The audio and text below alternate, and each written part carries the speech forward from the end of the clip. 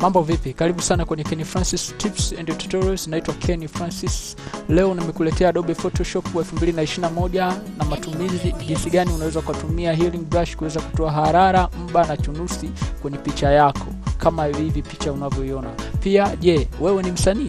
Kama ni msanii umekuwa blessed sana kwa sababu huwa anafanya music production, na hiyo soundtrack ambayo unaisikia hapo nyuma ni beats ambayo nimetengeneza. So kama upo interest unaweza kanicheck kwenye WhatsApp number 0759503972 niweze kukutengenezea beats nzuri, and then uende ukaenjoy, ukafanye muziki, ukaenjoy wherever you like. So tuachane na hayo, nirudi kwenye Adobe Photoshop Adobe Photoshop 2021. Healing brush yangu ni hii hapa. So nikisha click hii na natafuta sehemu zenye chunusi na click Alt. Nikiclick Alt kwenye keyboard unaona kabisa icon yangu imechange na imekuwa kiduara cheusi, kitu ambacho inaniashiria kwamba niweze kucopy hiyo sehemu ambayo naicopy and then nika replace sehemu ambayo naitaka. So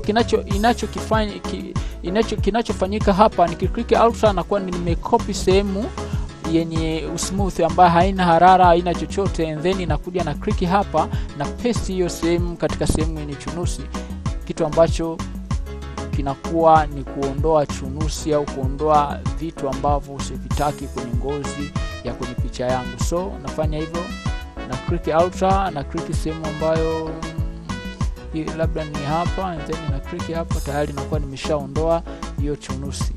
Kwa mfano kama hapa, na click hapa, nimeshaondoa, na click Alt hapa, and then na click hapa, tayari nakuwa nimeshaondoa. Nafanya the same process. Kitu kikubwa ambacho nataka ukifanye, let's say labda nataka niondoe hii chunusi, sitakiwi kuclick huku mbali afu nije nilete hapa. Hapana, nitatengeneza mabaka, na kama unavyoona hivyo haitakiwi hivyo. Kwa hiyo unatakiwa uclick sehemu ambayo ya karibu na hapo, ambayo haina utofauti na ngozi hiyo. Mfano labda ni hapa, na click hapa, then ninatoa natengeneza kitu kama hicho. Mfano hapa, na click hapa, then ninatoa natengeneza kitu kama hicho.